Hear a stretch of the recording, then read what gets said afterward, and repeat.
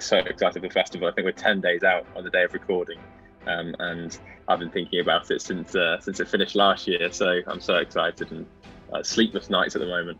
Had a bit of success. Plenty of Cheltenham winners to go to Vegas back in the day. So it sounds like it was ages ago. But can I ask you a few questions just to find out a little bit more?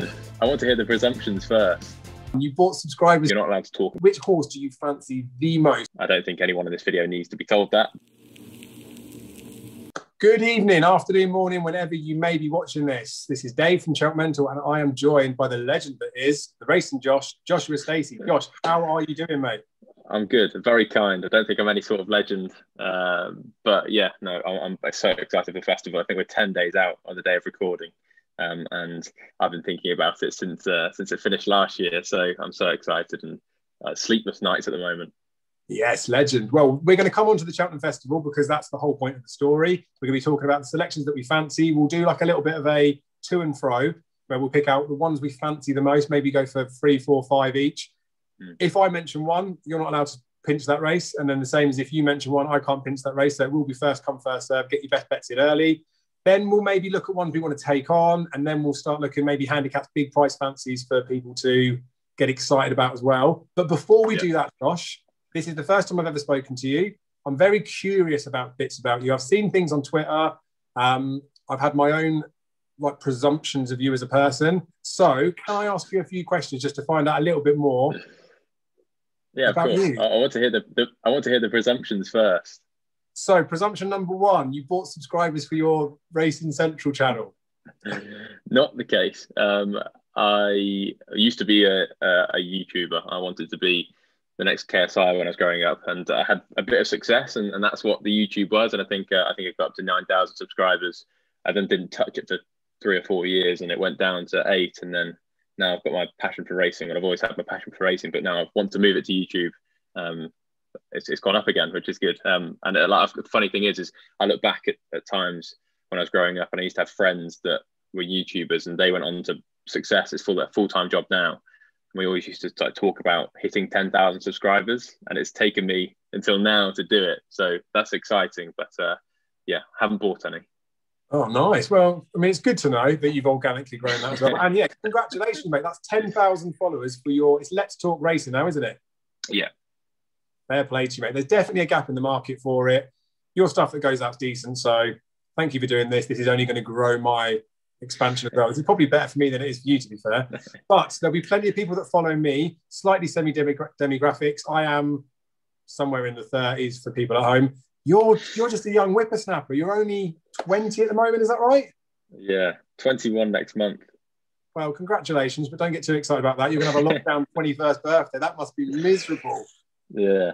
We were actually, I planned to go to Vegas in April for my 21st. That won't happen, but we've moved it back to August, so we can have a good fun with a few friends out there. Mate, I'm so envious of your life. I'm too old for Vegas now. I'll just be sleeping all afternoon. But that's exciting. It's the perfect excuse for the 40th. It is. It must be in the back of the mind at the moment. It is. I'm not quite that old yet. Jesus, we've not even started yet, and you're giving me age dicks. Right, so talking about your age, we did obviously talk a little bit beforehand.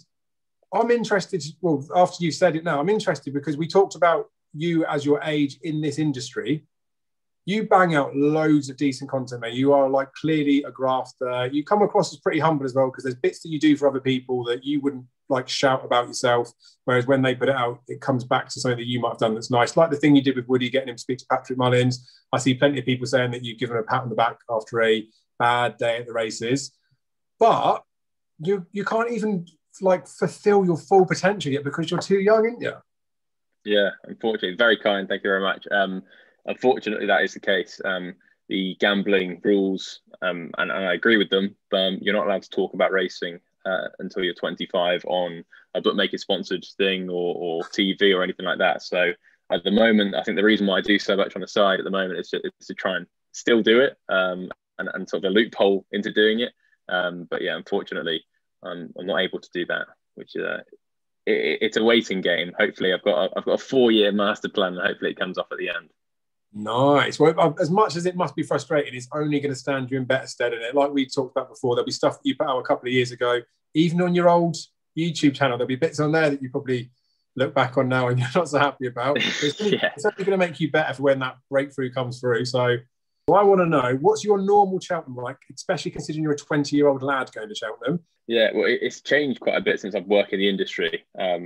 Obviously, working at the Racing Post means that I get one day off, which is good. This year I get Gold Cup day off, but I'm working the other three. But in a year which I wouldn't have any work, we would Henley and Arden go to a pub, have an English breakfast and a Guinness, and then we get a coach from Henley to Cheltenham.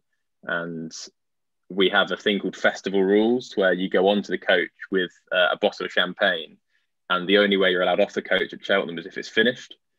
This is obviously extremely messy, and it means that by the time you get to Cheltenham, you can barely see a horse. You can barely, you don't know what you're doing. But unfortunately, or fortunately, being now in the game, it means I can't do that.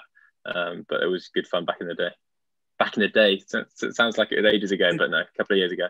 It does, doesn't it? And that's the thing as well. Obviously, with you being in the limelight a little bit, it's like if I was 20 years old going to Cheltenham, I didn't when I was that age, I was doing other bits. But if I was 20 going to Cheltenham, I'd be up to all kinds of mischief. So it's probably a little good thing that you're only day off, mate. It saves your bacon a bit. So what are you going to do for it this year? Zoom meetings with your mates, or just work and then watch it on the TV? Yeah, I'll be working the first 3 days, and the last day, lucky the fact that my stepdad that introduced me to racing, I'm home at the moment, so living with him, so I get to spend the day watching the racing in front of the TV there. Nice. Let's not waffle about me. Let's just get into some selections. It's almost like Russian roulette. That is the correct answer. Such a monster. And I've never been able to forgive him. Actually offends me a little bit. I completely agree. He'd be my best chance of a winner in a handicap. We'll do the back and forth. I feel like I should let you go first because you're the youngest. And then basically, so the concept was, I was thinking like a draft scenario where we just take it in turns to pick. Would have been better if there was more of us. So because it's just me and you, the head honchos, let's just bang in a few selections. So we're going to go for 5 maybe. Have you got 5 you fancy? Yeah, I've got 5 I fancy. But the problem is, mate, if I pick one of them, we might have to work our way up to 10, mightn't we? Never mind. Let's see how it goes. I've got 10 written down just in case. You're so prepared. So just to convey how serious a question this is, Josh, it's almost like Russian roulette. There is a live bullet in here. This selection, this is you taking your punt on it. This is the one of the most important decisions you're going to make until the next important decision. So when it comes to it, push comes to shove, which horse do you fancy the most for Cheltenham? Number 1. It's interesting you say, because I'm not sure whether you go for, I think you could play at the safe route and you could play at a risky route. I've got a few in there that might be slightly risky, but I'm going to start safe. If it's Russian roulette, you don't want the first bullet to be negative. So I'm going to go for Envoy Allen. Even though he's moved yards, I still think that he's a class above anything in that race in the Marsh. And although he's probably not a price you'd get stuck into, I think he will win. I don't think anyone in this video needs to be told that, but I think he'll win pretty easily. I agree, mate. And that's the beauty of it. That is the correct answer. Not that when it comes to picking selections, it's all opinions, isn't it? But that is the correct answer. Envoy Allen is the most likely winner at the Cheltenham Festival. I get to jump in now. Monkfish. Monkfish just wins. He is like filthy this season. He's just such a monster. Paul Townend's face after he crosses the line. There's lots of different things there. Like we'll all look at it. We'll look at form. We'll look at stats. We'll look at trends. No. Look at Paul Townend's face as he crosses the line. He's ridden like Album Photo to win Gold Cups. And I actually did do this. I was doing like a video for Album Photo, look at his last couple of years. Saw him cross the line. He looked excited. And I was like, he didn't look that happy as when he was on Monkfish. And I put them next to each other. He genuinely looks happier when he wins a novice chase on Monkfish. Like when they get that excited about a horse, you have to take note. We've seen how impressive he looks. He's going to have a romp home, isn't he? Yeah, he's got gears. He can jump. He's got the scope. He still looks a bit of a big baby, so he looks like he's improving. And I think that's a scary thing. What's he going to be in a year's time if he does continue that trajectory up?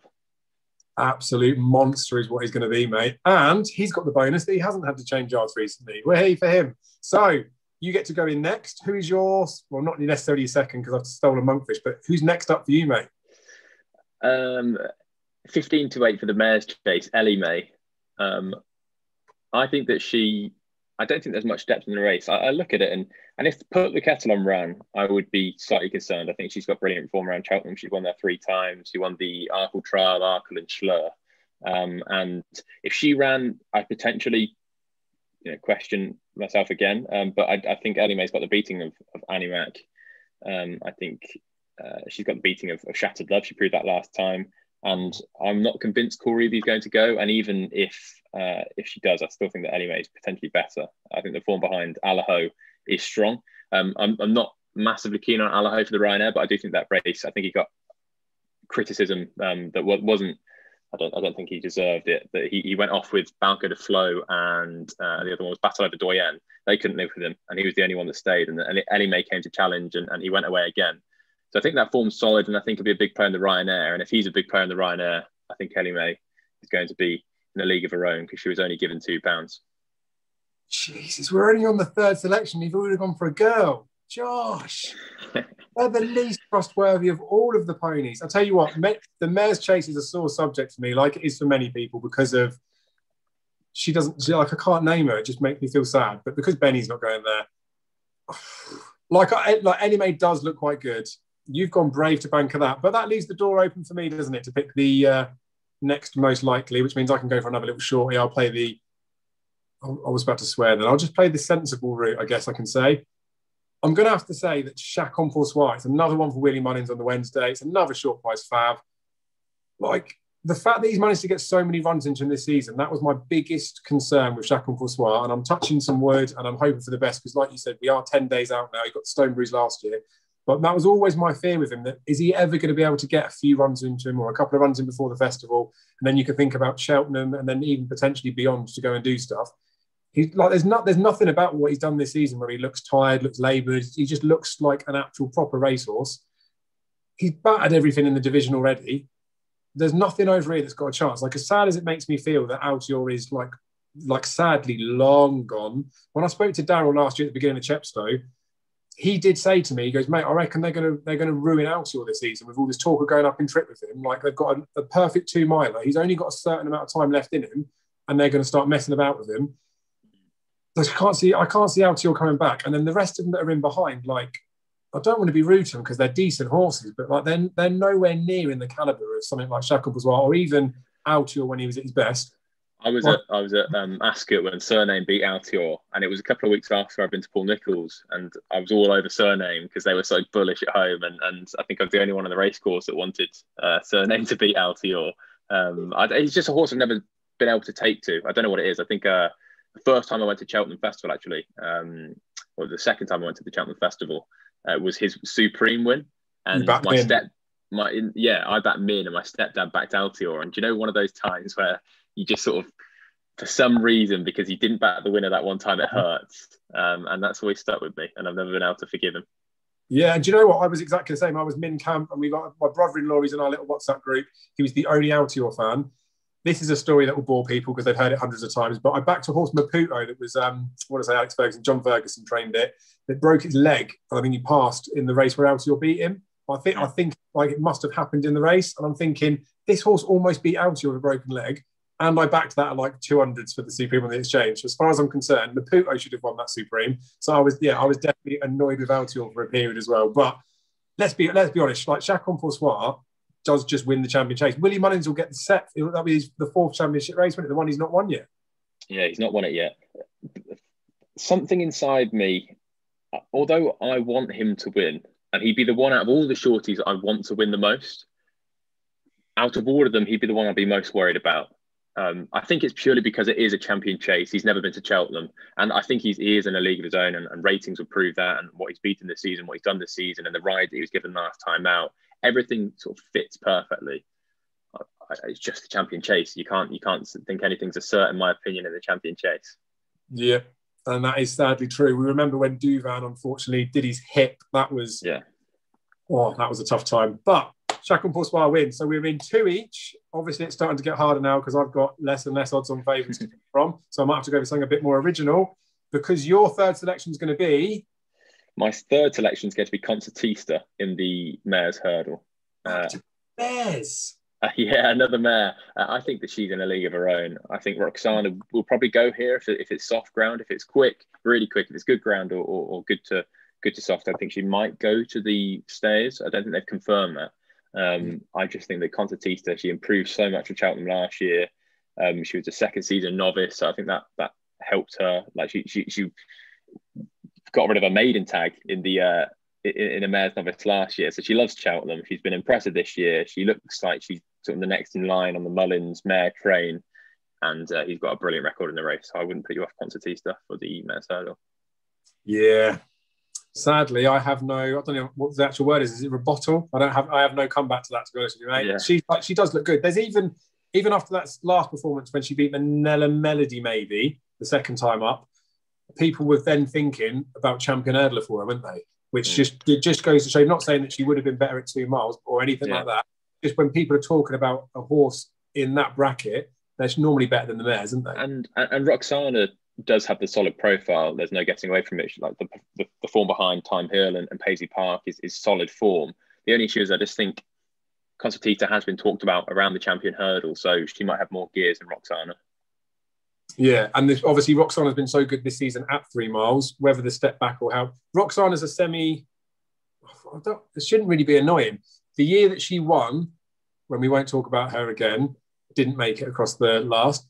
Roxana was one that I backed at like 14s or something. She looked like a nice one. She ran behind, I think it was maybe Santini or something at Aintree the year before. She just looked like a fairly eye-catching one.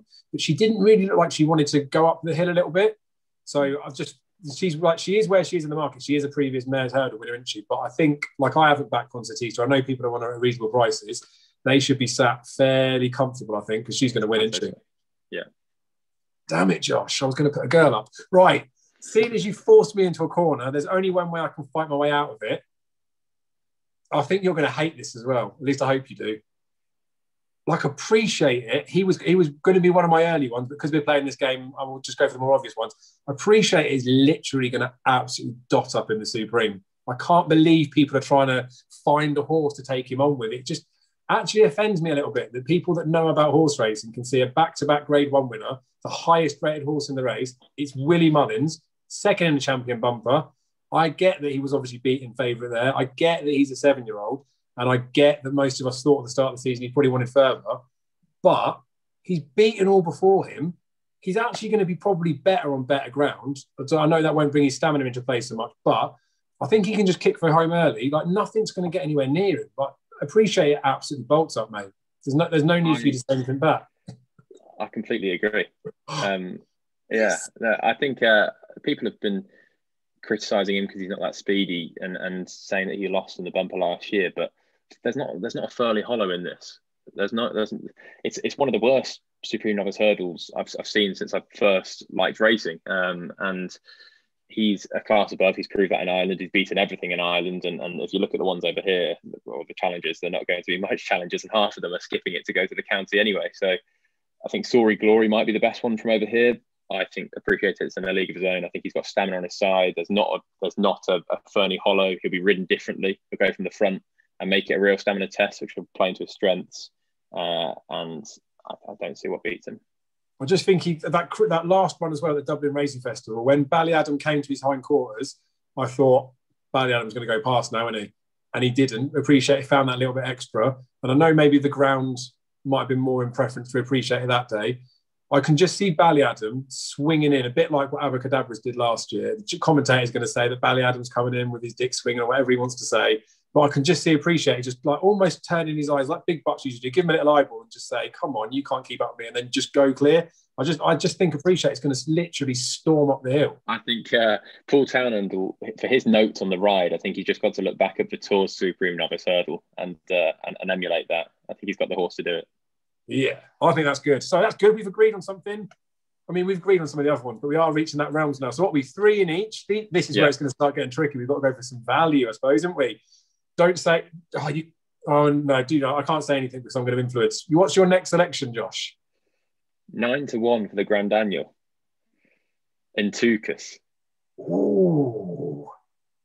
I think, for me anyway, he'd be my best chance of a winner in a handicap. He was a good novice hurdler, second season novice hurdler. He was second to Classical Dream before he went on to win the Supreme. He was second to Onvar Allen. He finished behind Cedarwood Road and Beacon Edge. So he's got brilliant novice hurdle form. And then on his first chase start, he jumped well. Unaccepted was a tearaway winner, but he beat a horse in third called Rebel's Gold. He's won since and is now rated 140, and he beat him by 9 lengths. Second run was good. And then since then, he's finished in second, fourth, and fourth in 3 big field handicaps. So he's got the experience in the big handicaps. I would say second last time out, I would say that was an interesting ride. I don't think Mark Walsh gave it his all, put it that way. And I would say that Intukus is a nice mark of 143. I think he's probably the most, I would say he's the best handicapped horse at the Cheltenham Festival. Oh, Josh, that's beautiful. I mean, I feel like I'm going to have to pull something out of the bag now. I might have to change my 4th selection. Maybe I'll save for the 5th, but that's a hell of a shout. The one that could beat him would be Embittered for Joseph O'Brien as well. I think they've got very similar profiles. So 9-1 from an each way point of view, I don't think it'd be out of places. And I think it'd go very, very close. Yeah, and that's the one thing with Embittered that he wound me up a little bit. Fakira, that's obviously well fancied for the Albert Bartlett. That was where he lost his maiden hurdle tag about Embittered, and I'd seen him come second behind horses. He's a Gordon Elliott horse that I quite like, and he got beat a neck by that horse. And I started to think with him too, because I had him pented down a little bit, like, oh, I think this horse might be a little bit of a rogue. Then when he beat Fakira, because he won it by a few lengths, I was like, oh, the penny's finally dropped. And then ever since there, it's just been like place. So yeah. He scares me slightly that he might just be a notorious placer, but he's got some ability in it. Grand Annual winners don't usually win before. So I think he's got the perfect profile. I think him and Embittered both have a perfect profile. I will tell you something about Intukus that will make you feel better, or you already know it.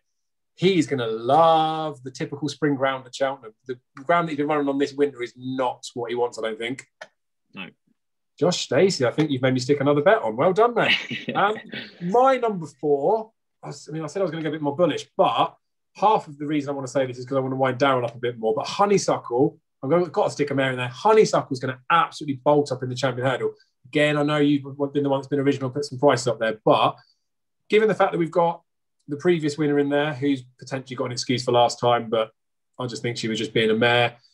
Goshen's in there, who was obviously stunning in the Kingwell, like literally not only just threw his hat in the ring, like literally said, I can go and win a Champion Hurdle off the back of that performance. But Honeysuckle, she's so much better than she was last year, as far as I'm concerned. That Irish Champion Hurdle win was filthy. I never expected her to win by that far. She just looks so much better now. And this time last year, like I knew the best race for her to go was the Mare's Hurdle, because obviously I'm a judge. But people were talking about her for a Champion Hurdle like this time last year, weren't they? And she's a year further on, and she does look a whole year better. I'm not saying she would have beaten Epitant in the race last year, because she probably wouldn't have done, but the same Epitant isn't in the race this year. She's literally going to bolt up. Like it's buying cash the first day, isn't it? It's just favourite stage. Like she wins, doesn't she?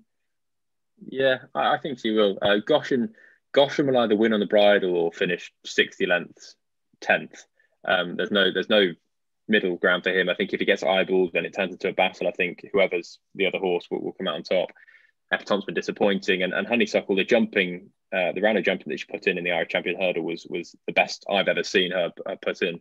I think she's definitely improved, and the one thing that Rachel Blackmore has is freedom to ride her. She can ride her prominently. She knows she's going to stay. She knows she likes Cheltenham, and she knows she's got gears, so she can kick on early. Where I think Aidan Coleman and Epitant, I think he's got to time it so well. And I don't know about you, but I can't ride a horse, but I wouldn't fancy the ride on Goshen. Nah. And the other thing as well, because the ground is now coming towards better ground, obviously Simon Clays will make sure that it's nice spring ground. I guess it would be good to soft all over. I can't see how that's going to potentially suit Goshen, because all his best form has come on those slow ground. And it doesn't mean that he's not necessarily going to handle it, but yeah, I don't think he's going to handle it. She wins. There's no doubt that if he puts in the same performance or a similar performance to the Triumph last year up until the final hurdle, it'd be some performance to beat him. It is scary, isn't it? He reminds me of, like, I don't really like backing 5-year-olds in the champion hurdle after. I literally love After Time and Blow My Own Trumpet. But I did back Espoir de Lamb because I was like knee deep into him for the Triumph that year. When he got beat by Farclas and Mr. Adjudicator, I was like, I've got this horse wrong. And then I backed him at the beginning of the season, then just left him after he won like a couple of grade 2, grade 3s. But he was a 5-year-old. Admittedly, he didn't run in the Triumph and we didn't know that he was going to hack up. But he was a 5-year-old that went into the race as a 20-1 poke or a 25-1 poke. Now, I know we had Bouverdere in there. We had the 2 mares, Appleshade and Arena, and we saw what happened in that particular race. Just feel like Goshen's probably a bit short. And like Arcona was the other like runaway Triumph winner. And then when he ran against Hurricane Fly, like he's literally rubbing shoulders with an absolute legend of like an all-time 2-mile hurdler. And when Hurricane Fly won the Irish Champion hurdle with Arcona behind him, Arcona like scared me. Like I actually thought he was going to win that day. He's going in about this. Well, Goshen's going to be shorter than Arcona was, the ill-fated in the Champion hurdle that he. And I just don't think that Goshen's. I just don't think he deserves to be that price. Even when Catch It won it, Catch Him was a bigger price. Just seems absurd. Our corner was probably the best Triumph hurdle winner we've seen for the last 20 years. And even he couldn't make that step up. And like Espoir d'Allen was a great winner, but he capitalised on everything going wrong for everyone else in the race. So 5-year-old trend is there and it's real. You've got to take it into consideration. And that would definitely put me off caution. Yes, mate, we're starting to agree. Too much. Right, we're into the fifth. We're into the 5th selection now, Josh. This is where you've already pulled a Grand Annual winner out of the bag. What have you got next?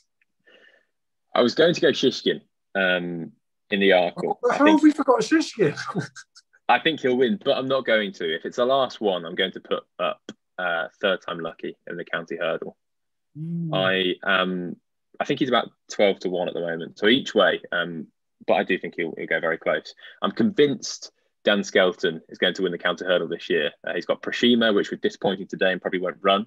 He's also got Cadsand and Third Time Lucky. Third Time Lucky is entered in the Supreme, so if you're going to back him, make sure you back him non-runner, no bet, although I think every single bookmaker is non-runner, no bet at the moment. I just think that his performance behind For Pleasure at Cheltenham is excusable. For Pleasure went off and on the ground that was that day, you cannot leave that much room to make up. And he came out from the pack. He was very impressive. I think he was like Cheltenham is 4th in the champion bumper, behind Appreciate It, behind Fernie Hollow. That form itself is really strong. He's been good this year. He was disappointing last time out, and I just think he was better. He's a better horse than last time out. And 143, a bit like in 2, because I think he's well handicapped, and I think he'll turn out to be a better horse. And Skelton's got such a good record in the race. He's won 2 of the last 3 runnings. It looks like he could be his first string. If Harry Skelton's on board, I think Third Time Lucky will be my selection in the county hurdle. Hell of a shout. I backed the other Skelton horse before he ran in the Betfair hurdle, Cadsand.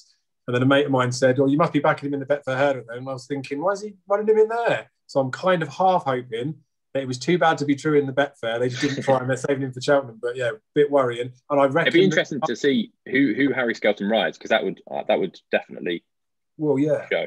And that's the interesting thing with it. I suspect as well, not like if he'd have won that county hurdle, obviously Mark might have been would have been affected for it. It would be interesting to see how it pans out after that, because they did fancy Cadsand as the county hurdle horse. But like you're saying now, if Third Time Lucky does go there, then that would suggest, as much as it like makes a confidence booster for Third Time Lucky, it's almost a bit of a knock for Cadsand. And if Third Time Lucky goes there, you'd like to think that Harry would be on him, wouldn't you? Yeah, I'd say so. You're quite good at the old handicaps. I might have to speak to you more often.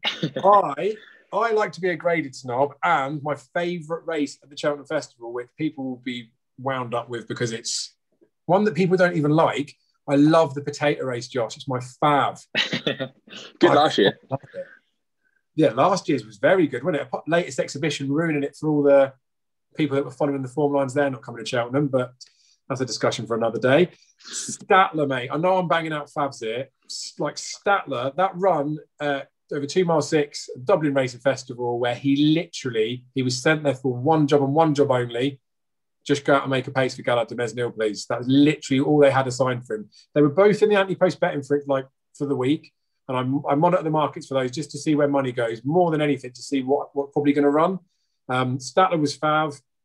Galad de Mesnil was a reasonable price. The money came for Galad de Mesnil. And then I was thinking Statler's not going to run, was my first assumption, just because the money came from it. Then Statler did run. and they just still kept backing Gallard de Mesnil. Statler went out to about 10-1, I think, that day. I think Hills were paying each way 6 places or 5 places. I was saying that's just a filthy little each way bet. As soon as the race kicked off and he went off in front, it just literally like light bulb moment. I was like, that's why they've been smashing up, because he's just there to do a job. And I was well impressed with it. I like Albert Bartlett horses that have got speed. As much as it is like a Dower Stayers race, you've got to have a bit of speed about you, I think. Loads of horses in the past have won over 2 mile beforehand, like Penhill. I think, Harry probably did. Kilbrick and Storm certainly did, or at least ran well over 2 miles. So that like bit of speed there for him to go and tow, admittedly it's 2 miles 6, but to go and tow all those grade 1 horses in that grade 1 race, mate, I was blown away by it. Like he literally bolts up. I think they'll have to obviously ride him a bit more patiently, like sitting back a little bit, but that speedy side of it for the Albert Bartlett, there will be some horses in there that will go off in front. He's just going to be towed round. He's absolutely going to bolt up. He reminds me, it's because of the owners, but he reminds me of Radvin Den. I think he's a really good horse, and he's the only one that put it to Gallard de Mesnil coming around the bend. It looked like he was the only one that was kicking on. Fakira was staying on, and I think was ridden to stay on. But I couldn't put you off that. I quite like Torograph in the race, but I think Statler, it'd be a toss of a coin. Nice. It's a really fascinating race. The good thing about the Albert Bartlett as well, I mean, apart from last year when class really did prevail, is it's a sort of race that you can get stuck into on the day. The year that I backed Kilbrick and Storm, this was in the preview thing, I mentioned it with Scotty. I love mentioning stuff from the past. I backed Kilbrick and Storm after... Sounds like you've had every single winner. No. Yeah, I mean, I think I lost one race once. Kilbrick and Storm won the Albert Bartlett trial at Cheltenham. And I fancied him for that race anyway. And then I was like, just as you do, won the trial. Let's back him willy-nilly for the potato race. 25s I backed him that day. He went off at 50s, didn't he? Absolute judge I am. Absolute judge. But things like Milena Indo was 50s on the day when Kilbrick and Storm was big prices. So I've obviously looked through the field a little bit, but there isn't anything at surprise, is there? Well, the last 2 years, all trends have gone out the window, isn't it? Because usually before the last 2 years, you wanted a battle-hardened horse that had run 8 times during the winter, and they just love running. Whether Manila Indo was a maiden and ran twice, Monkfish had ran a handful of times. So definitely, I think the tide is turning with the Albert Bartlett, and it might be more of a classy horse's race. Yeah, and that's my music to my ears, because like I said, I love the race. I used to prefer it a little bit more because you get away with the cheeky little rascal horse that might run at a big price because he hasn't got the flashy profile. Whereas now I do feel a bit more like you can probably trust the form a bit more, and potentially the best horse in the race will come out on top. The slightly worrying thing with the Albert Bartlett is, like last year's race, all 4 of those that were in the top 4, Fury Road, Next Exhibition, Time Hill and Monkfish, like if you rerun that last 200 metres or the last half a mile a few times, you wouldn't be surprised if it went in any result. And it semi-worries me now with the Albert Bartlett becoming more of a classy race. We might end up getting quite a few in the finish, because we see it often in the Gold Cup as well. These stay-in races, though, either something will win by quite a way, or you do get quite a few of these bunch finishes. But I think Statler's good enough. I think last year was a level above anything we've seen in the Bartlett for some time. And if any of those horses were in this one this year, and not obviously a year later, but going into it what they were last year, I think they'd all win. I think they're just a very, very good horses. And Time Hill's come out and proven that. Fury Road's proven that. Latest Exhibition and Monkfish. So it was a great race. And that's why the potato race is the best race at the Cheltenham Festival. So right, we've done the to and fro. We could keep this going all night, but you put me to shame by the time we got to the third selection. So I'd rather cut my losses and admit defeat. But I'd be interested now. I think there's obviously like some more horses at bigger prices that we might like. I've got an absolute peach in the Martin Pipe. Like, it's like, it's so good. So I'll save that. You've got to let us know. No, you can't. They can't have it now. The people can't have it now because it's so late on in the festival. I feel like I've got to mention it later. But like, honestly, fancy is it bigger than 10-1? Yeah. Okay, nice. It's 50-1. And it wins. It actually wins as well.